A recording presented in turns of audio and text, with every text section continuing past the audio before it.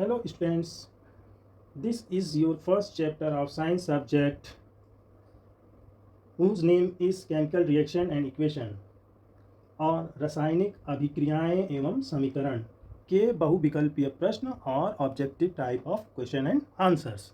Your first question is, आपका जो पहला क्वेश्चन है, निम्नलिखित में से कौन सा एक भौतिक परिवर्तन नहीं है? भौतिक परिवर्तन, फिजिकल चेंज।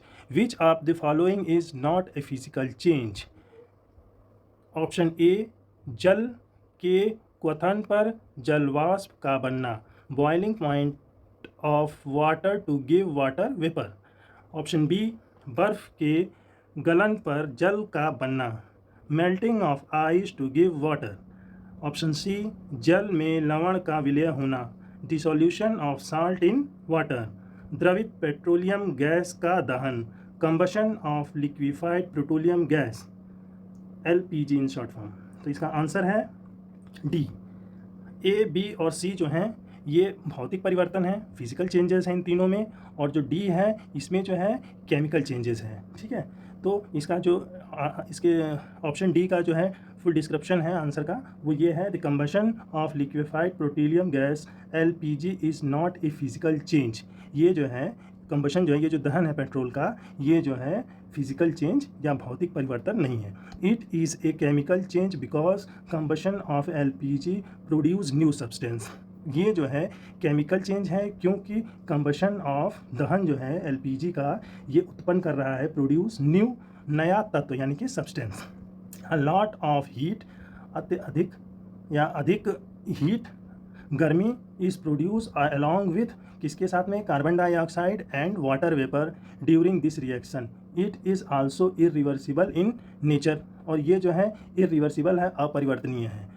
ठीक है, इसके बाद है rest 3 are the physical changes as no new products are formed. जो बाकी के जो 3 हैं ऊपर के, ए, बी और C, rest 3 are the physical change यानी कि भौतिक परिवर्तन है। As no new products are formed, ये जो है कोई नया जो है प्रोडक्ट या उत्पाद जो है नहीं बना रहे हैं। They only state of the substance change, ये जो है केवल भौतिकीय परिवर्तन है। नेक्स्ट क्वेश्चन, प्रश्न 2 या क्वेश्चन नंबर 2, निम्नलिखित अभिक्रिया एक उदाहरण है। The following reaction is an example of a. तो रिएक्शन क्या है? 4NH3 in gas state plus 5O2 gaseous state gives out 4NO gaseous state plus 6H2O in gaseous state. First option है इसका प्रतिस्थापन अभिक्रिया का, डिस्प्लेसमेंट रिएक्शन। सेकंड ऑप्शन है संयोजन अभिक्रिया का, combination reaction. And third one या तीसरा ऑप्शन है उपचयन अपचयन अभिक्रिया का, रिडॉक्स रिएक्शन। फोर्थ जो है उदासीनीकरण अभिक्रिया का, न्यूट्रलाइजेशन रिएक्शन। तो फर्स्ट, सेकंड, थर्ड और फोर्थ में जो है, इसमें जो है ये पूछ रहा है the following reaction is an example of, ये किसका उदाहरण है? तो ये जो है, ये जो उदाहरण है वो option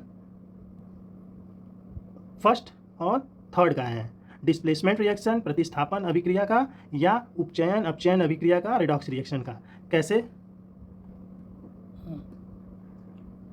because oxidation and reduction both are happening simultaneously, it is also a displacement reaction because hydrogen and ammonia is displace oxygen. A displacement reaction is also a redox reaction as it is always followed by oxidation as well as reduction. And third question is because, क्योंकि oxidation and reduction both are happening simultaneously, यानी कि क्योंकि oxidation reduction को ही redox reaction या उपचयन अपचयन अभिक्रिया कहते हैं। Both are, दोनों जो है हो रही हैं साइमल्टेनियसली यानी कि एक साथ। It is also a displacement reaction, और ये जो है एक डिस्प्लेसमेंट रिएक्शन है, प्रतिस्थापन अभिक्रिया है ना, क्योंकि hydrogen because H of NH3 is displace oxygen, और ये जो है हाइड्रोजन जो है अमोनिया से डिस्प्लेस हो रहा है ऑक्सीजन है, a displacement. Now the next is question 3, है ना, प्रश्न 3। दी हुई अभिक्रिया के लिए निम्नलिखित में से कौन से कथन सत्य हैं? Which of the following statements about the given reaction is correct? 3Fe plus solid form में है, 4H2O गिव्स आउट या produce Fe3O4 plus 4H2। Option first iron धातु ऑक्सीकृत हो रही है, iron metal is getting oxidized. And option second, जल उपचयित हो रहा है, water is getting reduce. Option three, जल अपचायक के रूप में कार्य कर रहा है, water is acting as reducing agent. Fourth option four, जल ऑक्सीकारक के रूप में कार्य कर रहा है, water is acting as oxidizing agent. Now the correct answer is C. First, iron धातु ऑक्सीकृत हो रही है, यानी कि iron metal is getting oxidized. And second one, जल उपचयित हो रहा है, वाटर इज गेटिंग रिड्यूस, पानी घट रहा है और ये जो आयरन है वो क्या हो रहा है, ऑक्सीडाइज हो रहा है। और फोर्थ वन है, जल ऑक्सीकारक के रूप में कार्य कर रहा है, water is acting as a oxidizing agent. इसका डिस्क्रिप्शन जो है, a statement first, second and fourth are correct. जो इसका स्टेटमेंट है वो पहला, दूसरा और चौथा, यानी कि पहला, दूसरा और चौथा जो है इसका जो ऑप्शन है वो करेक्ट है। Iron is getting oxidize and forming ferrous ferric oxide Fe3O4 bracket close 4. Water molecule is getting reduced to hydrogen ions. Water is acting as a oxidizing agent by donating its oxygen atom to Fe. Next question, fourth question, निम्नलिखित में से कौन से प्रक्रम ऊष्माक्षेपी है? Which of the following are exothermic processes? Number one, बिना बुझे चूने के साथ जल की अभिक्रिया, reaction of water with quick lime. Option second, एक अम्ल का तनुकरण, डाइल्यूशन ऑफ एन एसिड, है ना, तनुकरण का मतलब डाइल्यूशन। थर्ड ऑप्शन इज जल का वाष्पीकरण, evaporation of water.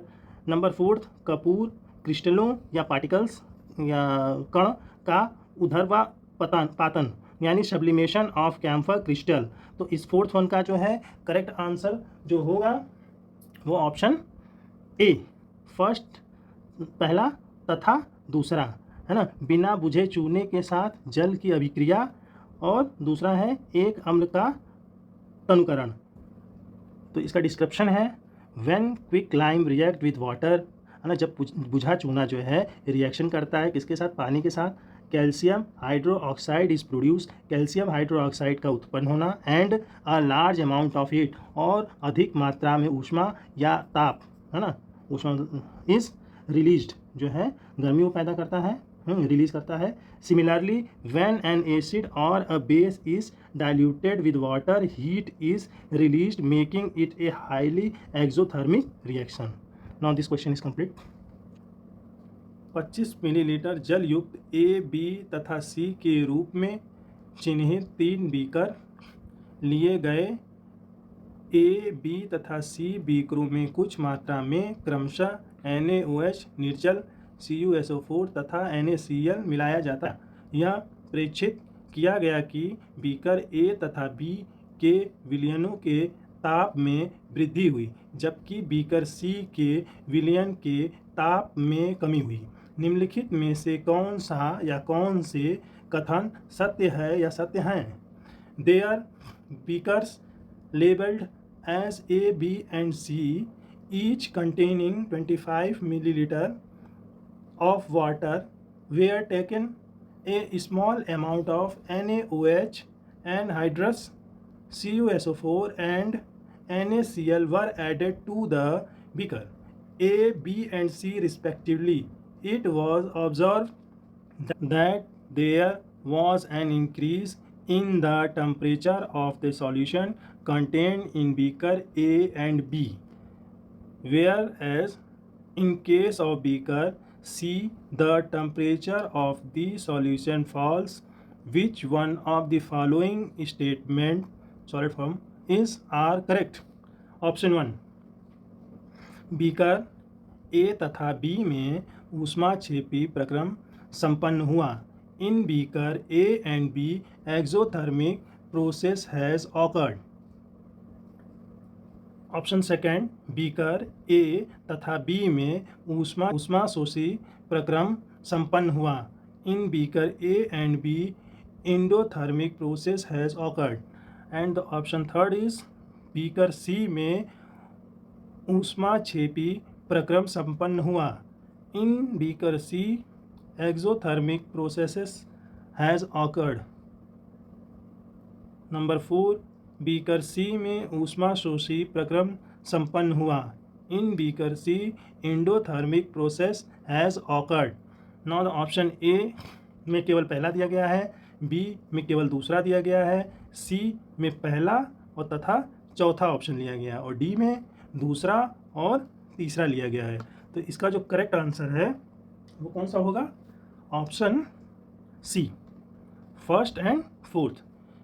Beaker A तथा बी में ऊष्माक्षेपी प्रक्रम संपन्न हुआ, यानी कि in beaker A and B exothermic process has occurred and the fourth one is beaker C में ऊष्माशोषी प्रक्रम संपन्न हुआ। A beaker C endothermic process has occurred. Now the answer, chemical reaction in beaker A and B gives out heat, hence the temperature of the solution increase. Thus we can call it an exothermic reaction. In beaker C, heat is absorbed from water instead and hence the temperature decreases. Thus we call it an endothermic process. ये जो है आपका answer 5 का description है। Question number 6, अम्लीय permanganate William मुक्त एक beaker में फेरस सल्फेट का तनु विलयन धीरे धीरे मिलाया गया। हल्के जामुनी रंग का विलयन क्षीण होता है तथा अंततः रंग विलुप्त हो जाता है। निम्नलिखित में से कौन सी व्याख्या उपरोक्त प्रेक्षण के लिए सही है? इसका ट्रांसलेशन है, अ dilute ferrous sulphate solution was gradually added to the beaker containing acidified permanganate solution. The light purple color of the solution fades and finally disappears. Which of the following is correct explanation of the observation? Now your first option is A. KMnO4 एक ऑक्सीकारक है। Which of the following is correct explanation of the observation? Now your first option A is KMnO4 एक ऑक्सीकारक है या FeSO4 को ऑक्सीकृत करता है। KMnO4 is also oxidizing agent, it oxidize FeSO4. Now the option second B, FeSO4 एक ऑक्सीकारक है तथा KMnO4 को ऑक्सीकृत करता है। FeSO4 act as an oxidizing agent and oxidize KMnO4. C, तनुता के कारण रंग विलुप्त हो जाता है, कोई अभिक्रिया नहीं होती है। The color disappear due to the dilution, no reaction is involved. Now the option D, KMnO4 एक अस्थायी भौतिक है तथा FeSO4 की उपस्थिति में एक रंगहीन यौगिक में अपघटित हो जाता है। Now इसका KMnO4 is unstable compound and decomposes in presence of FeSO4 to a colorless compound.